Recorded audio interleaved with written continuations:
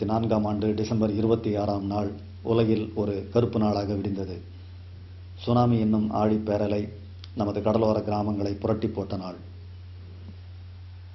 எது உண்மை எது புரளி என்று அறிய இயலாத 2 மணி நேரத்திற்குள்ளதாகவே ஹோப் நிறுவனம் இந்த பாதிக்கப்பட்ட கிராமங்களை சென்று பார்வையிட்டது. பல்வேறு தனிநபர்களும் தன்னார்வ நிறுவனங்களும் அரசு அமைப்புகளும் பல்வேறு மீட்பு நடவடிக்கைகளிலும் நிவாரண பணிகளிலும் ஈடுபட்டு கொண்டிருந்தன. ஹோப் போன்ற ஒரு சின்ன நிறுவனம் இத்தகைய ஒரு பேரிடரிலே எத்தகைய பணிகளை செய்ய முடியும் என்ற ஒரு மலைப்பு எங்களுக்கு ஏற்பட்டாலும், இங்கு ஏற்கனவே பணிபுரிந்து கொண்டிருந்த அமைப்புகளுக்கு பக்கபலமாகவும் ஒரு ஒருங்கிணைப்பு பணியையும் செய்யலாம் என்று சில முயற்சிகளை எடுத்தோம். ஆனால் பணிபுரிந்து கொண்டு இருந்த அனைவருமே தனித்தனி பாதையில் செல்ல விரும்பியதனாலே அத்தகைய ஒரு ஒருங்கிணைப்பு பணியை நம்மால் செய்ய இயலவில்லை. பணிபுரிந்து கொண்டிருந்த அனைத்து அமைப்புகளுமே மக்களுடைய அடிப்படை தேவைகளான உணவு, உடை, இருப்பிடம் ஆகியவற்றை முன்னிறுத்தியே பணிகளை செய்து கொண்டிருந்தனர். பெண்கள் மற்றும் குழந்தைகளுடைய சிறப்பு தேவைகள் அதிகமாக கண்டுகொள்ளப்படவில்லை. எனவே அந்த ஒரு சீரிய பணியை செய்யலாம் என ஹோப் நிறுவனம் நேரடியாக சுனாமி நிவாரண பணிகளிலே இறங்கியது. இது மட்டுமல்லாமல் சுனாமியால் பாதிக்கப்பட்ட தமிழக மற்றும் புதுவை கடலோர அனைத்து மாவட்டங்களிலுமே சென்று பார்வையிட்டு ஒரு ஒருங்கிணைப்பு பணியையும் ஒரு தகவல் பரிமாற்ற பணியையும் செய்யலாம் என்று விரும்பினோம்.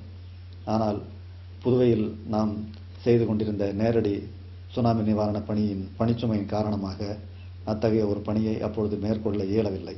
ஆனால் இப்பொழுது சுனாமியால் பாதிக்கப்பட்ட பிற மாவட்ட தன்னார்வ நிறுவனங்களுடன் கலந்துரையாடும் போது சுனாமி வீடுகள் என்பது மிகவும் தாமதமாகவே நடந்து கொண்டிருப்பதான ஒரு கருத்தை கேட்டறிந்தோம். ஆகவே அந்த சுனாமி வீடுகளுடைய இன்றைய நிலைமை என்ன, எவ்வளவு வீடுகள் கட்டி முடிக்கப்பட்டுள்ளன, எவ்வளவு வீடுகள் கட்டப்பட்டு கொண்டிருக்கின்றன, இன்னும் எவ்வளவு வீடுகள் ஆரம்பிக்கப்படாமலேயே உள்ளன என்பதை நாம் கேட்டறிந்தோம். நாம் கண்டு கேட்டு அறிந்த தகவல்களை இங்கே உங்களுக்கு வழங்குகிறோம்.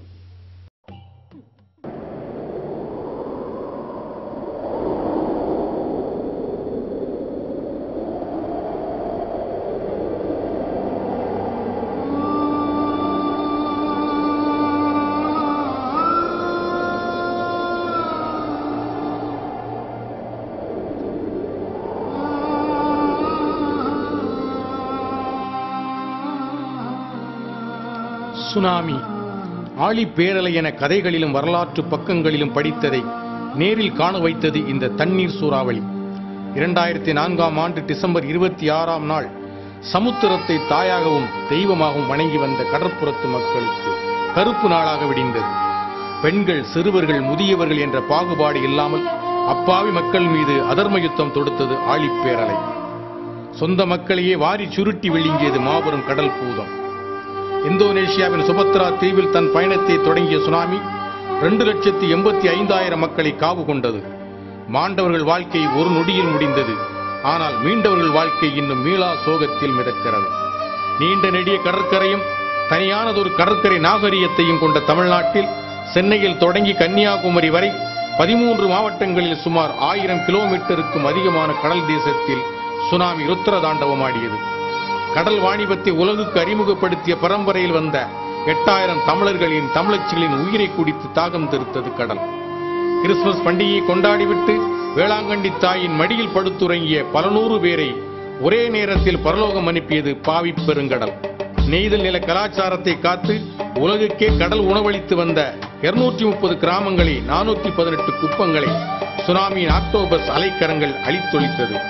கடல் தாயின் கற்பப்பைக்குள் நுழைந்து அவள் கருத்தரித்த உயிர்களை மண்ணுக்கு வழங்கிய தமிழ் தேசத்து மக்களுக்கு அந்த கற்பப்பையே கல்லறையாகி போனது. பெண்களையும் குழந்தைகளையும் கடல் பேய் ருசித்து தின்றது என்பதுதான் கொடுமையிலும் கொடுமை. அம்மா அப்பாவை போன்று கடலையும் இன்னொரு தாயாக நம்பியிருந்த நூற்றுக்கணக்கான குழந்தைகள் யாருமற்ற அனாதைகளாகி போனார்கள். நூற்றுக்கணக்கான தமிழ் பெண்கள் பூவையும் பொட்டையும் இழந்து நின்றார்கள். ஆயிரக்கணக்கில் காணாமல் போனார்கள். எண்ணிக்கையில் வராத இன்னும் எத்தனை பேரை சுனாமி சுருட்டி வைத்துக் கொண்டதோ யார் அறிவார். உலகம் சந்தித்திராத சோக வரலாறு இது. வாழ்விழந்து நின்ற இந்த மக்களுக்கு உதவ உலகம் முழுவதிலும் இருந்து 1000 கரங்கள் நீண்டது. மனிதாபிமானம் இன்னும் மறையவில்லை என்பதற்கு மகத்தான சாட்சியாக அது அமைந்தது. பணமாக, பொருளாக, உணவாக ஓடி ஓடி வந்து உதவியவர்கள் 1000. அரசும் தன்னார்வ தொண்டு நிறுவனங்களும் இரு கரமாக இருந்து இவர்களை தாங்கி பிடித்தார்கள். சுனாமியால் அனாமிகளாக்கப்பட்ட மக்களுக்கு உணவு உடையோடு இருக்க ஒரு இடமும் கொடுக்க முன் வந்தது அரசும் தன்னார்வ அமைப்புகளும். இரு அமைப்பும் இரு வழியில் தங்கள் பணிகளை சுறுசுறுப்பாக தொடங்கினார்கள். அரசின் சார்பில் அளித்த வீடுகள் பற்றி புள்ளி விவரங்களை அள்ளித் தருகிறார் சுனாமி மறுவாழ்வு மற்றும் புனரமைப்பு திட்ட இயக்குனர் திரு CV சங்கர் அவர்கள்.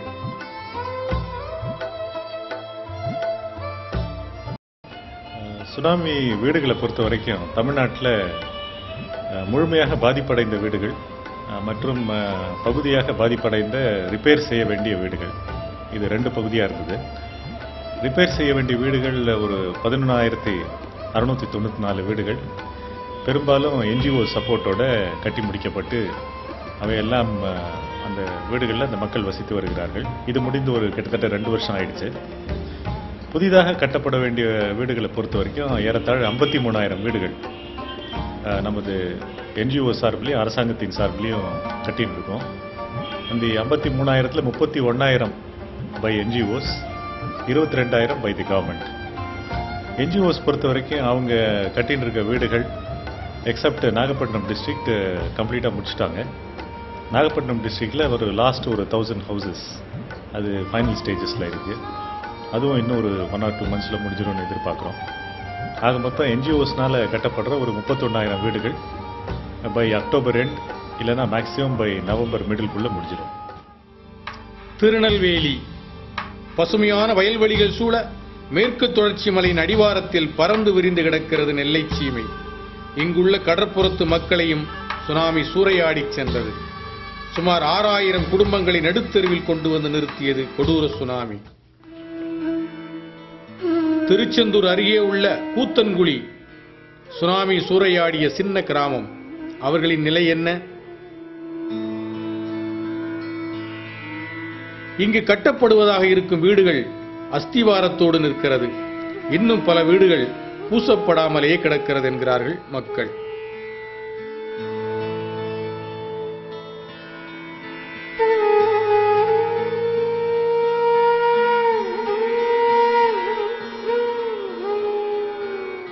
லூகாஸ் வீடு கூத்தங்குடி ஐயா, வீடு கட்ட செல்ல செல்ல அசையானங்கிறான் ஐயா.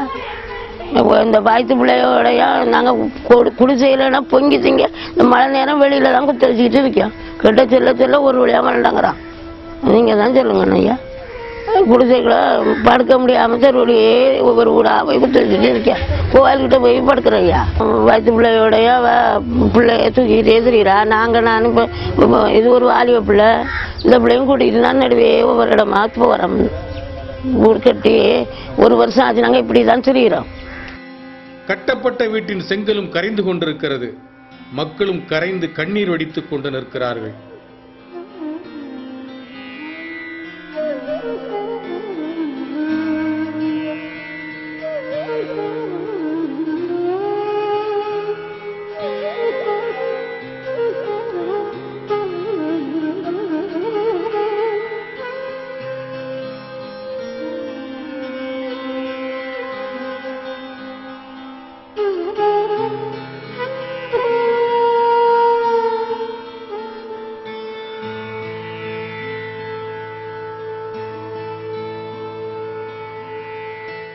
என் பேர் வீனஸ், கூத்தங்குழி, வடக்கு தெரு 1வது வார்டு. இது வேறேண்ணா நாங்கள் இப்போ மலைக்குள்ள தான் நான் இருக்கோம். இன்னும் வர கட்டாம நான் கிடக்குது.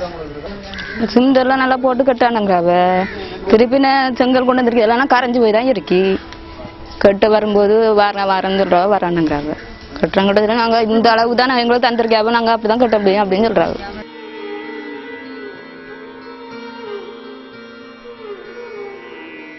கடலோரத்தை விட்டு தூரத்தில் வீடுகள் கட்டப்படுவதால் இங்கு மணல் கல் கொண்டு வர முடியவில்லை என்பதை காரணம் காட்டி 4 ஆண்டுகளாக கான்ட்ராக்டர்கள் சாக்குப்போக்கு சொல்லி வருகிறார்கள்.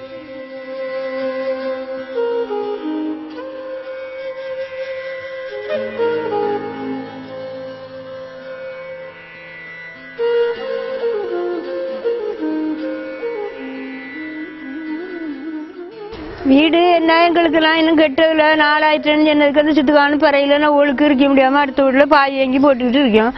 அதுக்கு உங்க வீடெல்லாம் கடற்கரை சைடு இருக்கு, எங்களுக்கு கல் சிமெண்ட் கொண்டு வர வசதி பத்தில கொஞ்சம் பிந்தி தான் கட்ட முடியும்னு சொல்றாங்க. வீடு இல்லாததால் பல திருமணங்களை தள்ளி போவதாக சொல்கிறார்கள்.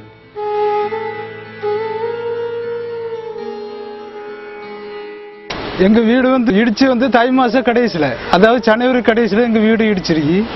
அக்டோபர் 24ஆம் தேதி வரை இதுவரை கட்டி கொடுக்கல. கேட்டாக்கி என்ன நாங்க இந்த ரோட்டு பக்கத்துல இருக்க வீடு தான் கட்டி கொடுக்குறோம் சொல்றாங்க. ஆனா உண்மையா சுனாமியில பாதிக்கப்பட்டு நாங்க இதுவரை சொந்த வீட்டுல போய் இருந்தது கிடையாது. வேற வேற வீட்டுல தான் இருக்கோம். முன்னால அட்டை வீடு, அதுக்கு பிறகு இன்னொரு வீடு, இப்படிதான் மாறி மாறி இருக்கோம். சுனாமிக்கு பிறகு நாங்க இதுவரை எங்க சொந்த வீட்டுல போய் இருந்தது கிடையாது. எங்களுக்கு ரோட்டு கரையில இருக்க வீடு தான் முதல்ல கட்டுவோம்.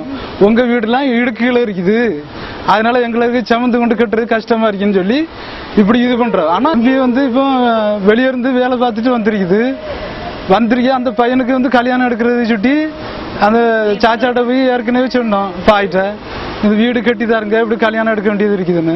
அவரு கட்டி தரேன்னு சொல்லிட்டு ஏமாத்திட்டு தான் இருக்காரு. எங்களுக்கு கட்டி தரவில்லை.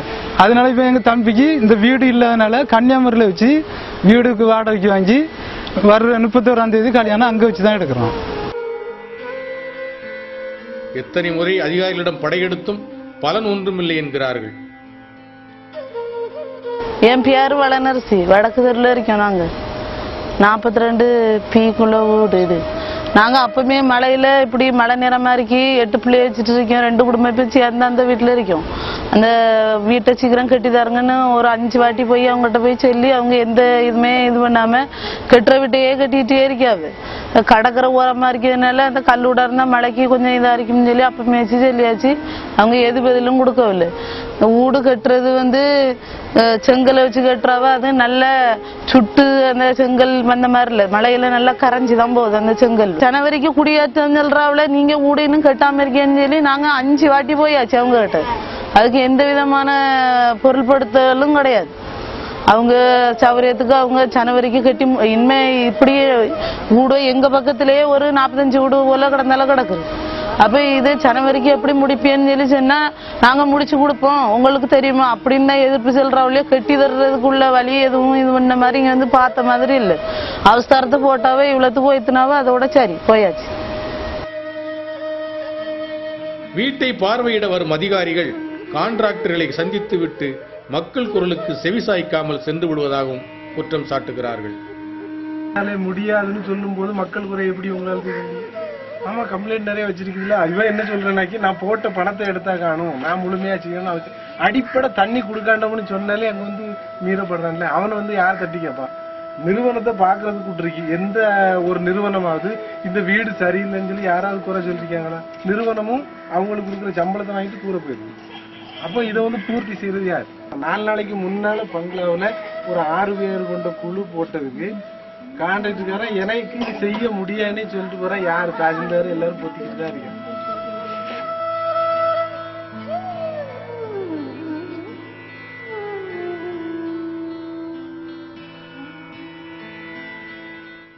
ஊரின் பெயரோ இடிந்தகரை. பெயருக்கு ஏற்றாற்போல் இங்குள்ள மக்களின் வீடும் இடிந்து வாழ்க்கையும் இடிந்து கிடக்கிறது. தங்கள் சொந்த வீட்டை இடித்துவிட்டு அரசு வீடும் கிடைக்காமல் பல தட்டுமுட்டு சாமான்களோடு வேறு இடங்களுக்கு சென்று கொண்டிருக்கிறார்கள்.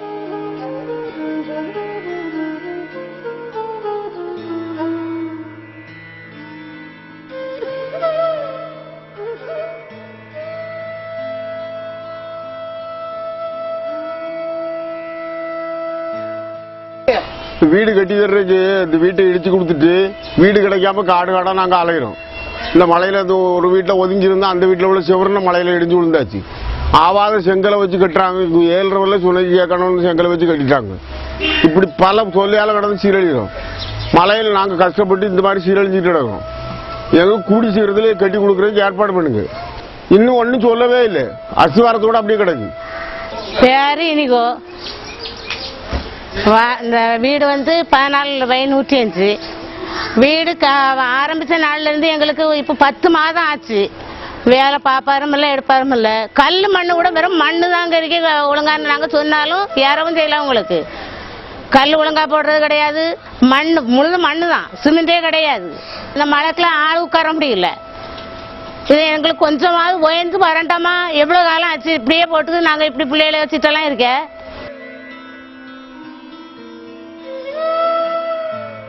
ஒரு கட்டிடத்துக்கு எலும்புக்கூடு போன்றது கம்பிகள் என்பார்கள்.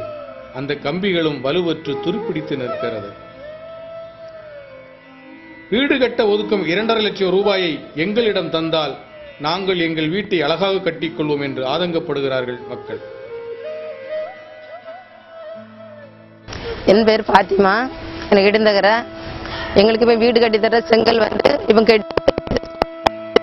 தண்ணி விட்டோம்னா கரைஞ்சு போயிட்டே இருக்குது. கம்பி விடுறது வந்து அடித்தளத்துல இருந்து நேரே மேல வர விடணும். ஆனா அடித்தளத்துல இருந்து அந்த கம்பி விடாம இடையில அந்த கம்பியை வந்து கட்ட கம்பியை வந்து அந்த பெல்ட் போடுற கம்பியோட ஜாயிண்ட் பண்ணி கம்பி வச்சு கட்டி அப்படியே காங்கிரீட் போடுறாங்க. அந்த கம்பிக்கு மேலே அந்த கம்பி விடணும். இப்ப நீங்க அந்த காங்கிரீட்டை பாக்குறீங்க, இடையில கட்ட கம்பி இருக்குது, கம்பியில எப்படி அது நேரே விட மாட்டேங்கிறாங்க. வளைச்சு வளைச்சு நீங்க பாக்குறீங்க இல்லையா? இந்த அளவுல இருந்தாக்கி இந்த கட்டிடம் எப்படி அந்த சுவர் தாங்கும்? விடுறது ஒரு கம்பி. அதே மாதிரி இந்த மணல் வந்து எல்லாம் அரிச்சு போட சொல்லிக்கிறேன். அன்றைக்கு இந்த புக்கில் பாக்குறோம், நல்ல பெரிய பெரிய கல்லும் சிப்பியமா இருக்குது, அதையும் சும்மா அப்படியே போட்டுறாங்க. காங்கிரீட் போடுறதுக்கு வந்து மொத்தமா வந்து அவங்க எத்தனை மூட சிமெண்ட் போடணும், எத்தனை அடி சல்லி கல் போடணும் அப்படிங்கறத மொத்தத்துல கலந்து அவங்க காங்கிரீட் போடணும். அவங்க இஷ்டத்துக்கு வந்து கொஞ்சம் கொஞ்சமா போட்டு அந்த காங்கிரீட்டை போட்டுட்டு வேற கொஞ்சம் குறைபட்டாலும் அதை அப்படியே சமாளிச்சு விட்டுறாங்க. அந்த காங்கிரீட் வந்து முழுப்படியா போட மாட்டேங்கிறாங்க. அந்த காங்கிரீட் போடும்போது சூரபக்கத்துல வந்து அந்த பொடி கல் வந்து தெரியக்கூடாதுன்னு சொல்லி சொல்றான் காங்கிரீட் எடுத்துறவன் போடுறவன். ஆனா வேலை செய்யறவங்க என்ன செய்யறவங்க அதை ஒழுங்கா சரிவர செய்ய மாட்டேங்கிறாங்க. அந்த காங்கிரீட் எடுத்தவங்களை வந்து அதை சரி வந்து பார்க்க மாட்டேங்கிறாங்க. நாங்க எத்தனை நாள் அதை குறைய சொன்னாலும் நீங்க உங்க பாட்டுக்கு பேசுங்க, நாங்க செய்யறதானு செய்வோம் அப்படின்ட்டு அவங்க பாட்டுக்கு செய்துட்டு போறாங்க. இந்த மழை நேரத்துல வந்து எங்களுக்கு டிசம்பர்ல வீடு தருவோம்னு சொல்லியிருக்காங்க. இது வரைக்கும் இந்த இது 2 காங்கிரீட் போட்டதோட சரி, இதுக்கப்புறம் இன்னும் வேலையே நடக்க இல்லை. இப்படி இருக்குமா நாங்க இந்த மழை காலத்துல எத்தனை நாளைக்கு அடுத்த வீட்டோட வாடகைக்கு இருக்க முடியும் சொல்லுங்க?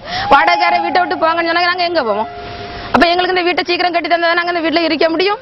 அவன் இதுக்கு மேலே அவங்க வீடு கட்டி தரண்டாக்கி அதே சமயத்துல இன்றைக்கு இப்ப எங்க வீட்டுல இப்படினாக்கி நிலங்கள் வந்து பற்றாக்குறையா இருக்கும். அந்த வீட்டுக்கு வந்து வேற மாடல்ல வீடு கட்டி கொடுக்கணும். இந்த கீழே வந்து 2 ரூம் போட்டு கட்டி கொடுக்க முடியலன்னைக்கு மேல ரூம் எடுத்து கொடுக்கலாம். அதுக்கு வந்து இந்த கான்ட்ராக்ட் எடுத்தவங்க என்ன செய்றாங்க, அப்படிலாம் கட்ட முடியாது அப்படின்னு சொல்லிட்டு ஒரு இடத்துல வந்து 2 வீடு பிரச்சனையில கட்டாம நடக்குது. அப்ப அவங்க இஷ்டத்துக்கு அவங்க செய்றாங்க. பெருசா சொல்றாங்க 2,50,000 வீடு அப்படின்னு. இந்த 2,50,000 மக்கள் கையில தந்திருந்தாலும் கூட நாங்க எப்படியே கட்டியிருப்போம். ஏன் ஒவ்வொரு முறையும் அவங்க வந்து பில் கொடுத்தாதான் அவங்க பணம் கொடுக்குறாங்க. இதே மாதிரி நாங்களும் வந்து எங்களுக்கு முதல்ல இருந்து நாங்களும் கட்டி ஒவ்வொரு ஷிப்ட்டுக்கும் பில்ல கொடுத்தாக்கி அவங்க அந்த பணத்தை எங்கிட்ட இருந்திருந்தா நாங்க இதோட சேஃப்டா கட்டியிருப்போம். அதையும் அரசாங்கம் செய்ய மாட்டேங்கிறாங்க. அரசாங்கம் செய்யறதா அப்ப அவங்களும் ஒவ்வொருத்தருக்கு வந்து லஞ்சம் வாங்குறதுக்காண்டி இப்படிதான் செய்யறாங்க. பேர் சகாயம். வீடு உடைச்சு கொடுத்தது நாங்களும் ஒரு ஆளு. எங்க வீடு உடைச்சு கொடுத்து 9 மாசம் ஆச்சு. வீடு இன்னும் பேஸ்மெண்ட் மட்டத்துக்கு மட்டும்தான் இருக்கு. இன்னும் அதுக்கு மேல வளர இல்லை. வளர்த்திருக்க வீடுகளுக்கு நினைக்கிறதுக்கு தண்ணி கொடுக்கறது இல்லை. அரசு தரப்புல இருந்து வாரவங்க அவங்க சௌகரியத்தை தான் வேலை செய்யறாங்க. பப்ளிக்கு வேண்டி யாரும் இன்ஜினியர் வந்தாக்கி இன்ஜினியருக்கும் பிரசிடண்ட்டுக்கும் பிடிக்கலாட்டி இன்ஜினியர் என்ன நினைக்கிறாரோ அதுதான் செய்யணும்னு நினைக்கிறாரு. கான்ட்ராக்டுக்காரனுக்கு சாதகமா இன்ஜினியர் பேசிட்டு போயிடுறாரு. ஒரு வீடு கட்டுறதுக்கு இடம் சரியில்லை, இதை இடத்த மாற்றி கொடுங்கனாக்கி அதெல்லாம் செய்ய முடியாதுன்னு சொல்றாரு. அரசு வந்து மக்களுக்கு தகுதியான இடத்துல கட்டி கொடுங்கன்னு தான் முடிவு. இதுல தான் கட்டி கொடுங்கணுங்கிற முடிவு கிடையாது. அவங்களுடைய அவங்க மனம் நான் நினைச்சுதான் நடக்கணுங்கிறக்க வேண்டி அவங்க இஷ்டத்துக்கு இதுல இதைத்தான் பண்ணணும்னு சொல்லி அவங்க இஷ்டத்துக்கு யார்கிட்ட என்ன கேட்டாலும் ஒன்றும் முடிவு பண்றது இல்லை. நாங்களும் 9 மாசம் ஆகியாச்சு. 9 மாசமும் தெருவா அலைகிறோம். என்னைக்கு தான் வீடு கட்டி என்னையும் வீட்டில் குடியிருக்க வைக்க போறவளோ தெரியல. தகுதியான இடத்தில் வீடு கட்டுவதை விட்டுவிட்டு தங்களுக்கு சௌகரியமான இடங்களில் வீடு கட்டுவதால் பல பிரச்சனைகளை சந்திக்க வேண்டியது இருக்கிறது என்கிறார்கள் இவர்கள். இது வந்து கடற்கரை மாதிரி ஏகந்த சுனாமி வந்து பொருட்கள் அவ்வளவுமே சேதமாக அவ்வளவு சுனாமி வீடு வாடாஞ்சிருந்தாங்க.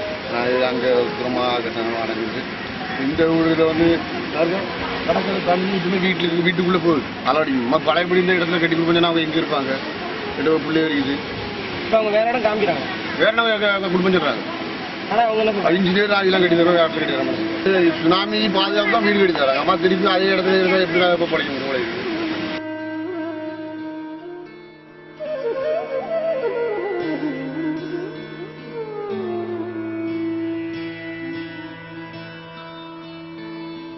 இனிப்பகங்களில் விற்கப்படும் கேக்குகளை ஒத்த செங்கல்கள் பயன்படுத்தப்படுவதை காட்டி வேதனையை வெளிப்படுத்துகிறார்கள் மக்கள்.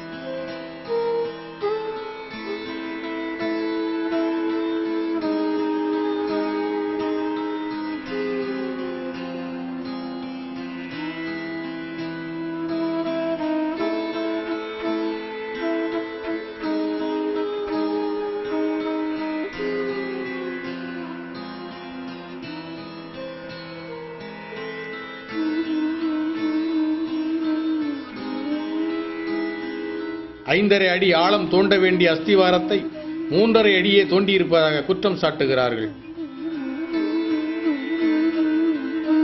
என் பேர் வினோ. நான் வந்து ட்ரூ என்ஜிஓவில் ட்ரூ என்ஜிஓ கீழே கவர்மெண்ட் மூலமாக எங்களுக்கு இந்த ஹவுசிங் மானிட்டரிங் எங்களுக்கு கொடுத்துருக்காங்க. ஸோ நிறைய வில்லேஜஸ் கோஸ்டல் வில்லேஜஸ் நாங்கள் கவர் பண்ணிகிட்ருக்கோம். கவர்மெண்ட் அஃபீஷியல்ஸ் சரியான ரெஸ்பான்ஸ் கொடுக்க மாட்டாங்க. நாங்கள் முக்கியமாக தான் ஜேஎஸ் எல்லாம் ஒவ்வொரு வில்லேஜுக்கும் ஜேஎஸ் போட்டிருக்காங்க. ஜேஎஸ்ட்டு மக்கள் ஏதாவது பிரச்சனைகள், அதாவது வீடு சரியாக கட்டப்படல, மண் சிமெண்ட் கலவை சரியாக இல்லை, இல்லைன்னா செங்கல் சரியாக இல்லைன்னு சொன்னாலும் அதுக்கு அவங்க சரியான பதிலே கொடுக்கறதில்ல. முக்கியமாக நாங்கள் போய் எல்லா வில்லேஜஸையும் பார்த்ததில் நிறைய செங்கல் அப்படியே மண்ணாகவே இருக்குது.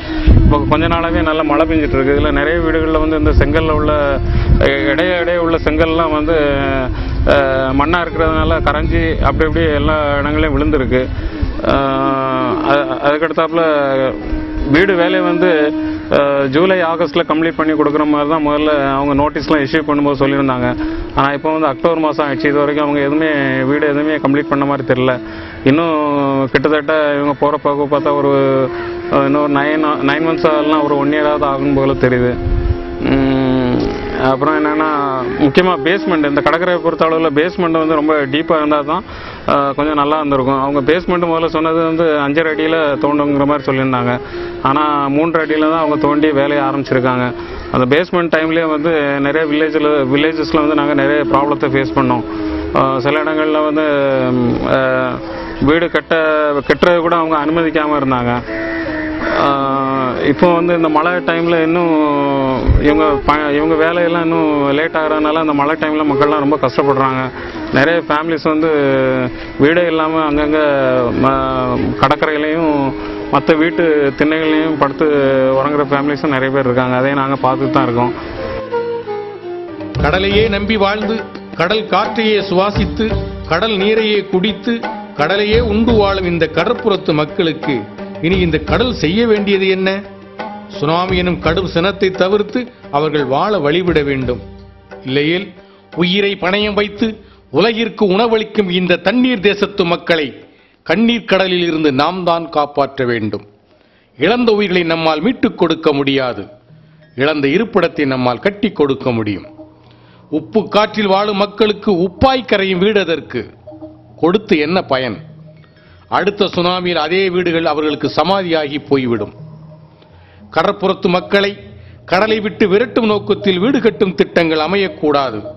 அவர்கள் கலாச்சாரத்தை, பண்பாட்டை, வாழ்வுரிமையை பாதுகாத்து அவர்களின் உணர்வை, உரிமையை மதித்து வீடுகள் கட்டப்பட வேண்டும். காரணம், வீடுகள் வெறும் வசிப்பிடங்கள் அல்ல, அது வாழ்விடம். சுனாமியால் சொந்த நாட்டிலே அகதிகளாகி போன மக்களின் கனவு இல்லங்கள் கைகூடுமா? காலம்தான் தீர்மானிக்க வேண்டும். சுனாமியால் பாதிக்கப்பட்ட மக்களுக்காக பணியாற்றிக் கொண்டிருக்கும் அரசையோ தன்னார்வ நிறுவனங்களையோ குறை கூறுவதோ அல்லது அவர்களது பணியை கொச்சைப்படுத்துவதோ நமது நோக்கமல்ல. கண்டறிந்த உண்மைகளை உள்ளது உள்ளவாறு வழங்கியிருக்கின்றோம். எதிர்கால செயல்பாடுகளை அனைவரும் திட்டமிட்டு செயல்படுவோம்.